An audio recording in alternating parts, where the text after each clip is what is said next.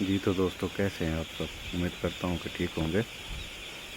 आज हम आपको ये बताएंगे कि जब हम लोग माल सेल कर देते हैं, फार्म खाली हो जाता है, तो उसके बाद चूज़ा मंगवाने से पहले की जो तैयारी होती है वो कैसे होती है और उसमें क्या करना होता है। तो सबसे पहले तो हम सफाई करते हैं उसकी फार्म की मुकम्मल। उसके बाद जो है उसको 2-3 दिन के लिए हवा लगवाने के लिए छोड़ देते हैं। फिर फार्म को जो है मुकम्मल एयर टाइट कर देते हैं, मतलब चारों तरफ से मुकम्मल उसको बंद कर देते हैं। उसके बाद जो है ना, फार्मलिन का स्प्रे करते हैं। वो ऐसे होता है कि 2 लीटर फार्मलिन जो है वो 20 लीटर वाली जो स्प्रे वाली टैंकी होती है ना, वो आपको दिखाते हैं। ये टैंकी है,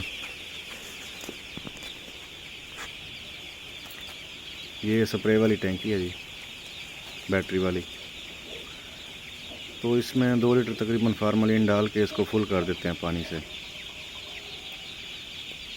तो इसको मुकम्मल फार्म में जो है ना,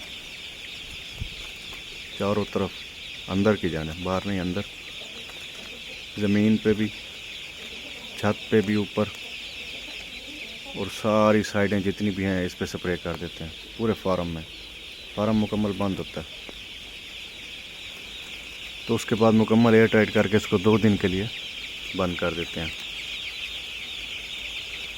उसका फ़ायदा ये होता है कि फार्म में जितने भी बैक्टीरिया वगैरह होते हैं ना, कोई बीमारी आई होती है, उसके बैक्टीरिया होते हैं, तो वो मर जाते हैं।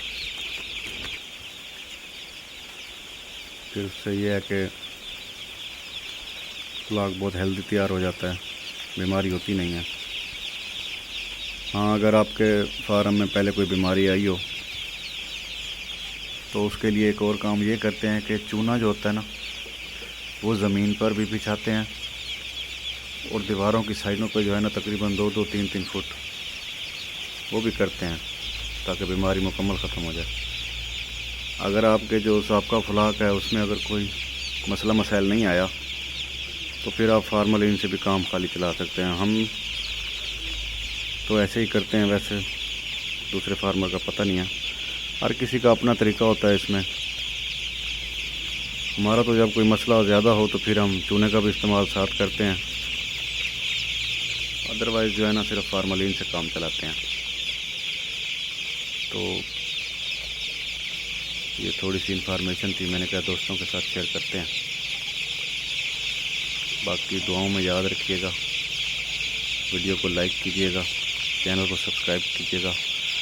आपकी मोहब्बतों का बहुत बहुत शुक्रिया। मिलेंगे अगली वीडियो में, तब तक के लिए इजाज़त।